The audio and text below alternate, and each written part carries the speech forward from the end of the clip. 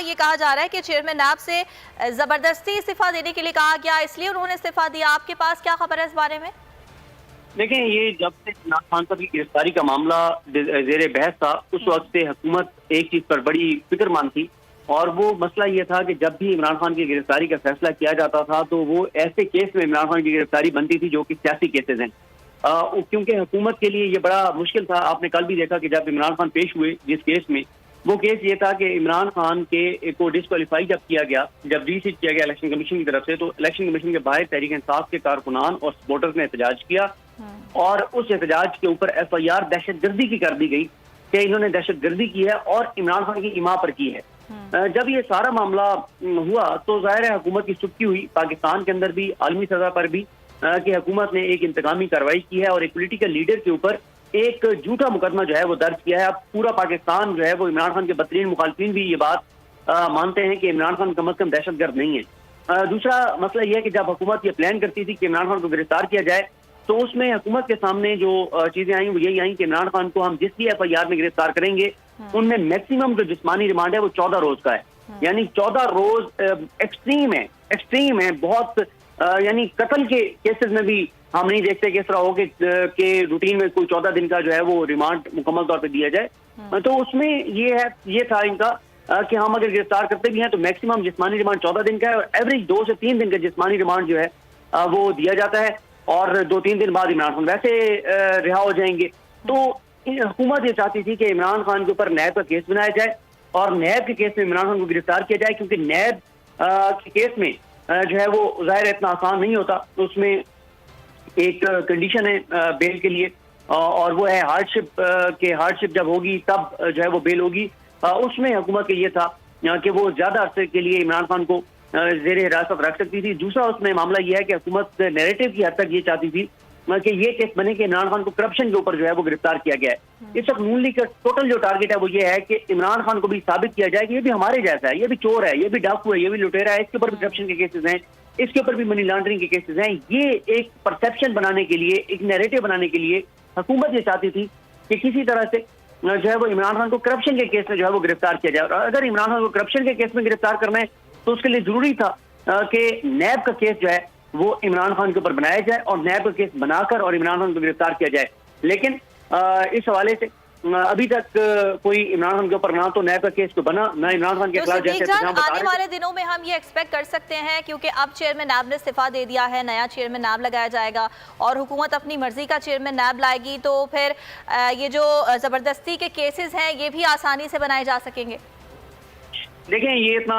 आसान नहीं होगा, क्योंकि अब एक तो नए चेयरमैन नैब की तकर्री के ऊपर टाइम भी लगेगा। इसमें एक और चीज इंपॉर्टेंट होगी और वो ये देखना होगा कि अब तहरीक इंसाफ का अगर अपोजिशन लीडर बनता है तो ये बहुत इंपॉर्टेंट होगा, क्योंकि चेयरमैन नैब की तकर्री लीडर ऑफ द हाउस और लीडर ऑफ द अपोजिशन ने मिलकर करना होता है, यानी वज़ीर-ए-आज़म ने और अपोजिशन लीडर ने। और अगर अपोजिशन लीडर जो है वो तहरीक इंसाफ का आ जाता है तो फिर उतना आसान नहीं रहेगा अपनी मर्जी का चेयरमैन नैब लाना, और ये मामला फिर जो है वो डिले भी होगा। तो इसलिए ये सारी चीजें जो है वो देखनी होंगी। लेकिन ये हुकूमत के लिए बड़ी सुक्की है, ये हुकूमत को बड़ा झटका है, ये हुकूमत को बड़ा धचका है कि हुकूमत ने जिनको बड़ी आस और उम्मीद से लगाया था आफ्ताब सुल्तान को, उन्होंने जो है वो इनकार किया है जो इमरान खान के ऊपर या जो हुकूमती पार्टियों के सियासी मुखालफिन हैं उनके ऊपर जो है वो सियासी केसेस बनाने से उन्होंने इनकार किया। तो इसलिए ये बहुत इंपॉर्टेंट है कि हुकूमत के लिए ये बड़ी सुक्की है, बड़ी शर्मिंदगी है, बड़ी रुसवाई है कि उनका अपना लगाया गया चेयरमैन नैब जो है वो उनके दबाव में उसने आने से इनकार किया है और उसने झूठे केसेस बनाने से इनकार किया है। देखें, अभी हुकूमत ने ये किया कि इन्होंने जो डीजे लगाए हैं एंटी करप्शन के पंजाब में, वो यहाँ से इस्लामाबाद पुलिस से लेकर गए हैं और उनको वहां पर इसलिए लगाया गया है। और उसके बाद आपने देखा कि मुसलसल आप देख रहे हैं कि मुसलसल तलबी हो रही है एंटी करप्शन में। PTI के लोगों की, फरूख हबीब को बुलाया गया,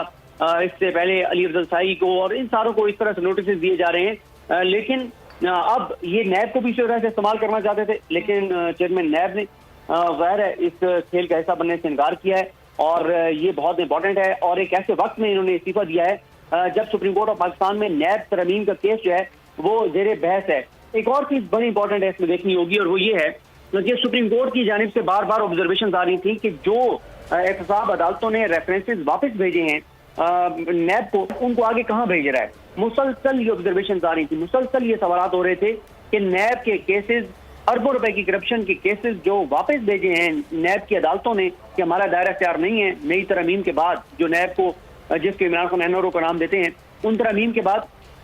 सुप्रीम कोर्ट ये कह रही थी कि अगर आपके पास अरबों रुपए की करप्शन के रेफरेंस वापस आए हैं, नैब ने ये कहा, नैब की अदालत ने ये कहा, एहतसाब अदालत ने कहा कि हमारा दायरा इख्तियार नहीं बनता, तो फिर चेयरमैन नैब और नैब की टीम ने वो रेफरेंस कहाँ भेजे हैं, किस अदालत को भेजे हैं, बैंकिंग कोर्ट को भेजे हैं, एफआईए की स्पेशल कोर्ट को भेजे हैं, किस तरफ जाएंगे? क्योंकि अभी तक जितने रेफरेंसेस वापस आए हैं, कोई एक भी रेफरेंस, कोई एक भी केस किसी और अदालत को नहीं भेजा गया। और इस हवाले से मुसलसल सुप्रीम कोर्ट ऑफ पाकिस्तान का 3 रुकनी बेंच जो समाअत कर रहा है, जिसमें chief justice Pakistan justice Umar Ata Bandial साहब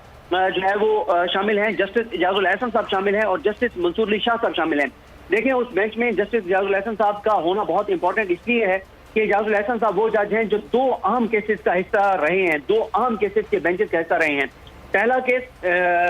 पनामा का, जिसमें मियां नवाज शरीफ को डिस्क्वालीफाई किया गया था, उसमें इजाजुल एहसन साहब बड़ी तफसील से देख चुके हैं कि पाकिस्तान के अंदर किस तरह का जो है वो हमारी इन चंद खानदानों ने सिस्टम बना रखा है करप्शन का। और दूसरा जो है वो आसिफ अली जरदारी साहब के खिलाफ जो फेक उसका केस है, उसमें भी इजाजुल एहसन साहब उस बेंच का हिस्सा थे, बल्कि उसमें एक फैसले के औसत जज जो हैं वो जस्टिस इजाजुल एहसन साहब हैं। तो इसलिए ये बार बार अदालत की जानब से पूछा जा रहा था कि ये रेफरेंस कहाँ भेज रहे हैं, केसेस कहाँ भेज रहे हैं,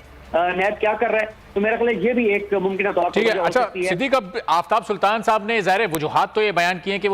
वो जाती वजूहात की बिना पर मुस्ताफी हो रहे हैं, लेकिन साथ ही उन्होंने ये भी कहा कि वो उसूलों से हट के, मेरिट से हट के कोई काम नहीं करना चाहते थे। तो हुकूमत ऐसा क्या काम लेना चाहती थी उनसे प्रेशर डाल के? हुकूमत वाज़ेह है कि हुकूमत इमरान खान पर नैब का केस बनाना चाहती थी, और इमरान खान पर नैब का केस, क्योंकि देखें करप्शन और मनी लॉन्ड्रिंग, लूट मार का केस नैब में बनना है, और अगर इमरान खान पर नैब का केस बनता तो इमरान खान का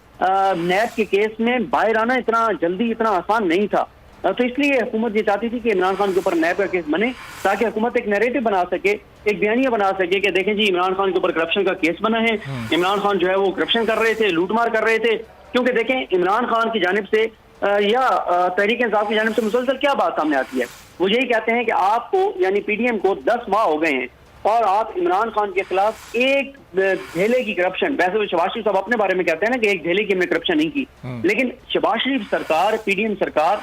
जो इस वक्त आपको पता है कि इमरान खान को माइनस करके बाकी सब के सब एक पेज पर हैं कि इमरान खान को माइनस किया जाए, तो कोई एक भी करप्शन की चीज नहीं निकाल सके। ये हुकूमत का सबसे बड़ा जो है इस वक्त कंसर्न है, ये सबसे बड़ी परेशानी है तो कि इमरान खान पर जितनी जब एक धेले की करप्शन सामने नहीं आ रही, तो नैब तरमीमी एक्ट के बाद तो 50 करोड़ की से जो कम की करप्शन है उस पर नैब का कोई कार्रवाई कर भी नहीं सकता। तो ये 50 करोड़ से ज्यादा की करप्शन कहां से लेकर आते हैं इमरान खान के खिलाफ?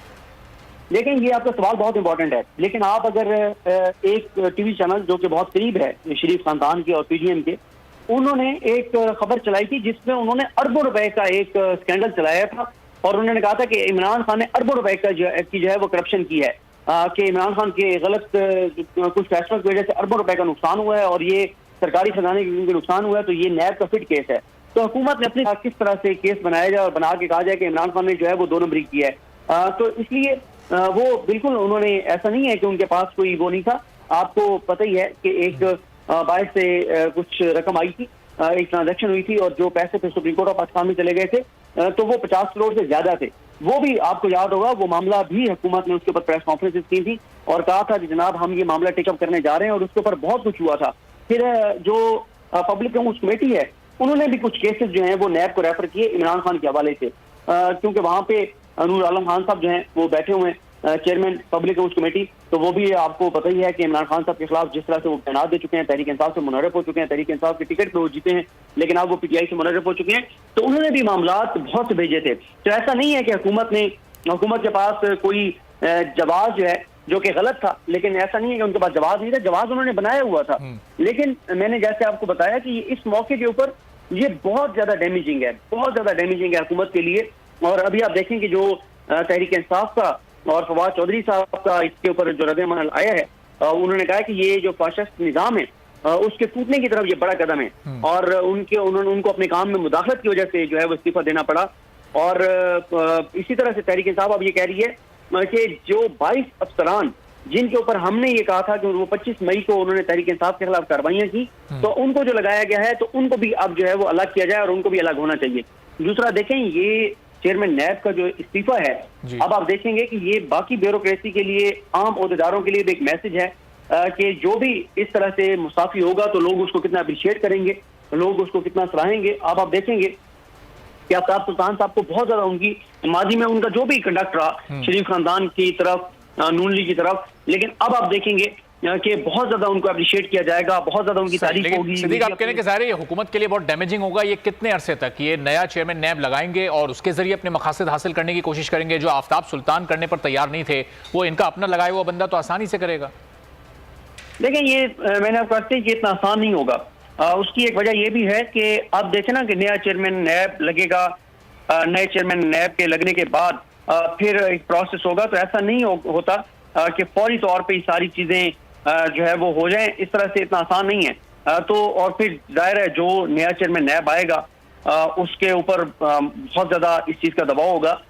कि पिछला जो चेयरमैन नैब है वो